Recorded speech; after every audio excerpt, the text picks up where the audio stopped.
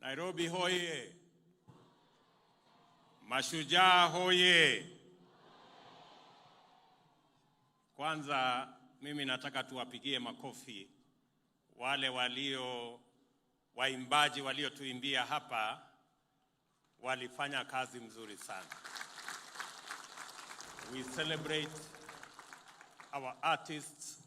We celebrate those who have made presentation to us. It was quite a feat, and I could see a lot of science behind the presentation and the performance that they showed. Let me also take this very early opportunity to thank God for making the child of a simple Kenyan to be the president of Kenya. Let me take this opportunity to thank the millions of Kenyans who woke up early, lined up for many hours to vote for me and to vote for all the leaders that are today elected in the Republic of Kenya. My very deep and sincere gratitude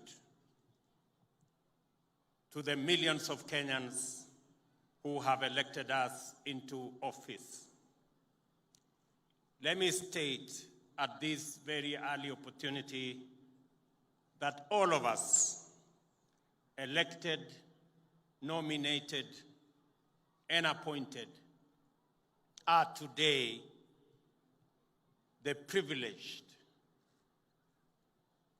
because the people of Kenya have bestowed on us the challenge of leading our country into the new horizon. Let me also say that those we have been elected on both sides of the divide, together we must shepherd this country into a safe and prosperous future. I want to state that I will work with all the leaders who have been elected in all formations for the good and for the prosperity of our country. I am tremendously privileged to join you and our visitors today as we commemorate the 59th anniversary of Mashujaa Day. It is with great humility that I preside over this year's celebration for the first time as president, and I am humbled and grateful for the honor to be your leader. We solemnly observe this important day every year in order for us to reflect upon where we have come from as a nation. We mark this day to consider the troubled road we trod through, the sorrowful wilderness of cruel colonial injustice, and the price that we paid in blood, toil, anguish, and death for us to be a free people. We take this opportunity to also celebrate the histories of our heroes and heroines who sacrificed valiantly in our freedom struggle, their character, and most particularly and importantly, the values and principles which inspired, sustained, and vindicated them so that we may emulate them by leading lives worthy of their sacrifice. We also ask ourselves today, what must we do to transmit this noble history and ensure that future generations appreciate us, not only as worthy heirs of our illustrious ancestors, but also as skillful stewards of their heritage. We do this in pursuit of a solemn covenant proclaimed in the preamble of our Constitution, and I quote, that we, the people of Kenya, shall honor those who heroically struggled to bring freedom and justice to our land by adopting, enacting, and giving the Constitution to ourselves and to our future generations, end of quote. Our Constitution articulates a vision of Kenya our heroes and heroines would have approved, a Kenya worth fighting for and worth paying the ultimate price for.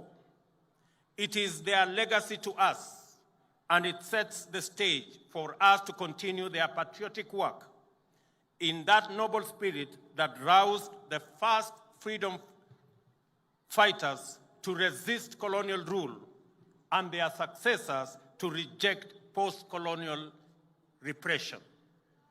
Our heroes and heroines were neither elected nor appointed. They were not sponsored and they were not funded. They had no offices or budgets. They were ordinary people invested in the struggle to make good their unwavering belief that all people are equal and all deserve to live in freedom. People of all walks of life, subsistence farmers and traders, clerks and former soldiers, teachers and their learners, preachers and their congregations, drivers, cooks, and farm workers ran away to the forest, armed with nothing but the conviction that a more just way of life is possible and that it is worth fighting for. The legacy of independence is the heroic achievement of value-driven, bottom-up heroism. The people were distinguished by their unity and commitment to selfless endeavor, determination, patriotism, and an unyielding sense of justice. Every time we have come together, we have accomplished major feats. That is why, as a nation, we are exhausted by the national anthem, and I quote, "Let one and all arise with hearts both strong and true," end of quote. Our Constitution, the People's Sovereign Charter, is an instrument of collective memory. It proscribes tyranny, marginalization, and oppression, provides institutional means to dismantle injustice and eradicate inequality, and gives us an opportunity to expand freedom and actualize rights. It also defines human well-being to be the reason for individual and collective action, as well as objects of the totality of our national enterprise. We are united in common endeavor with those who came before us and did so much for our country. We may define ourselves as a nation proudly standing on the foundation of the Constitution, united in pursuit of the well-being of every citizen. The principal reason for promulgating our Constitution then was to inscribe the values which animated our history of accomplishments and to project them in a manner that resonates across generations. The national values and principles of governance set out in Article 10 form the soul of this dispensation. They define the parameters of patriotism, exemplary service, selfless sacrifice, and profiles us in terms of who we are and who we ought to be individually and as a nation. We can and we must employ these values as beacons for identifying people whose contribution honor the memory of our heroes and heroines and bring greatness to our nation. It is time, ladies and gentlemen, to direct our focus on the work that each one of us does to understand how we contribute to our individual well-being as well as that of our communities and our nation. It is this understanding we must take into account that individuals make up the greater national family, and that Kenya's stature and splendor is always greater than the sum total of our individual efforts or community endeavors. Similarly, our national capacity determines the extent of opportunities all Kenyans have to pursue and attain their aspirations. What I'm saying is that regardless of the type and scale of your pursuit, every contribution matters. And regardless of our walk of life, our work matters, our intentions matter, our thoughts matter, because we all matter and every hustle matters. I congratulate every citizen for their part in ensuring that the last general election was peaceful. I know of attempts at division, disunity, confusion, and even some who did everything in their power to entice and pressure our people to engage in criminal activity. But I also know that despite a competitive campaign period characterized by intense rivalry, Kenyans resolved in unison to remain peaceful, united, and compassionate. We set a new standard for ourselves: issue-based campaigns, transparent elections, and a peaceful outcome. I salute all Kenyans who set out every day, everywhere, doing ordinary things in inspired and extraordinary ways to fend for themselves and their families, thereby keeping our country going. I commend those whose work involves service to others. I celebrate those who volunteer and give, expecting nothing in return. Yet they serve selflessly.